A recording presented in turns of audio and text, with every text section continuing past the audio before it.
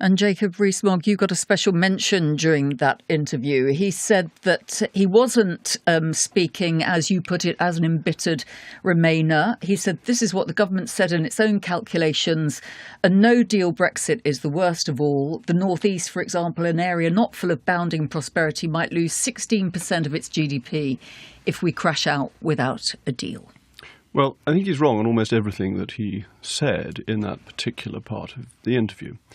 First of all, I don't think there are 40 MPs who want no deal. I think most members of the European Research Group would like there to be a deal and were very happy with the level of compromise that came in the Mansion House speech. So that includes paying the European Union nearly £40 billion, which is a pretty big compromise, includes having a transition period, and includes remaining in some of the agencies. So there's been a lot of willingness to compromise up until the Mansion House, but not willing to go as far as Chequers. As the economic consequences, these come from the Treasury, and I'm afraid the Treasury forecasts have been completely discredited.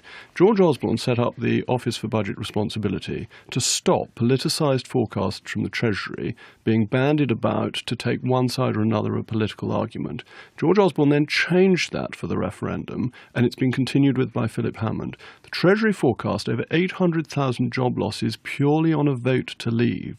And the truth is, it's the least well-off in society who will benefit the most, because we'll be able to cut tariffs on food, clothing and footwear, which make up a disproportionately high percentage of their expenditure. Well, I'm going to bring